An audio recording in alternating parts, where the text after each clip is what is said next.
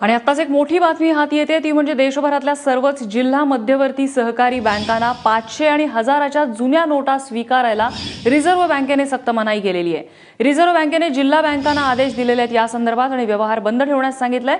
सहकारी संस्थांमधनं काळा बाजार होत असल्याचा संशय त्यांना आहे। मुंबई बँकेचे अध्यक्ष प्रवीण दरेकर सध्या आपल्या सोबत आहेत। प्रवीण दरेकर, पटतोय तुम्हाला हा निर्णय रिझर्व्ह बँकेचा आणि जो संशय घेतला जातोय काळ्या पैशा संदर्भात व्यवहारांचा?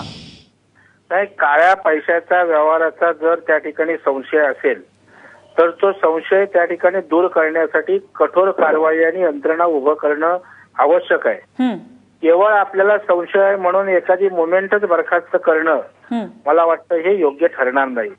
आज अर्बन बँका आणि जिल्हा मध्यवर्ती बँका हे राज्याची अर्थव्यवस्था मोठ्या प्रमाणावर सांभाळत असतात आणि जर उद्या जिल्हा बँकांनाच 500 1000च्या नोटा घेण्यास परवानगी नसेल तर ग्राहकांचा सभासदांचा त्या ठिकाणचा विश्वासच या सहकारी बँकांवरचा निघून जाईल। आणि मग चांगला निर्णय घेतलेला असताना सुद्धा एक सहकारी चळवळ त्या ठिकाणी पूर्णपणे नष्ट होते की काय आणि काही ब्युरोक्रॅट्स यासाठी आघाडीवर आहेत का अशा प्रकारची सुद्धा या ठिकाणी मला शंका येते। मी राज्याचे मुख्यमंत्री देवेंद्रजी फडणवीस यांच्या कानावर नुकतीच ही गोष्ट घातली, गडकरी साहेबांशी बोललोय आणि मुख्यमंत्री अर्थमंत्र्यांशी बोलून या ठिकाणी स्वतः त्यामध्ये लक्ष घालतायत, कारण हा निर्णय त्या ठिकाणी बँकांच्या आणि सहकार चळवळीच्या मुळाशी येणारा आहे। कठोर कारवाईशी आमचं दुमत नाही, वाटेल ते कठोर कारवाई करा। प्रवीण दरेकर, कारवाईचं ठीक आहे, मात्र संशय असा घेतला जातोय की या सहकारी बँका आहेत किंवा जिल्हा बँका आहेत यामध्ये काळे पैसे पांढरे करण्याचं सध्या काम सुरू आहे, त्यावर तुमचं म्हणणं काय आहे? जर अकाउंट मध्ये पैसे जाणार आहेत तर ते रेकॉर्ड कोणालाही नष्ट करता येत नाही।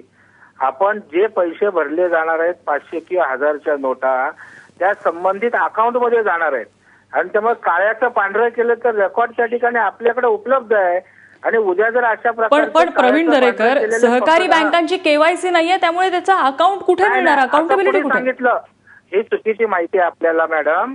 सहकारी बँकांना 100% केवायसी आहे, केवायसी शिवाय कुठलंही अकाउंट उघडता येत नाही, केवायसी शिवाय कुठलाही व्यवहार होत नाही। त्याच्यामुळे चुकीचा समज आहे, केवायसी व्यतिरिक्त कारभार होत नाही। 100% केवायसी आहेत आणि त्या संदर्भात आरबीआयचे कडक निर्बंध आहेत आणि त्याचं पालन ही बँका करतात। या संदर्भात तुम्ही केंद्रात किंवा राज्यामध्ये दाद मागणार आहात, कारण सरकार दोन्हीकडे तुमच्याच पक्षाचं आहे? हो, या संदर्भात राज्यातल्या अनेक जिल्हा बँकांच्या अध्यक्षांचे आणि संबंधितांचे मला फोन आले। मी तात्काळ राज्याचे मुख्यमंत्री देवेंद्रजी फडणवीस यांच्याशी दूरध्वनीवरून त्या ठिकाणी संपूर्ण माहिती दिली।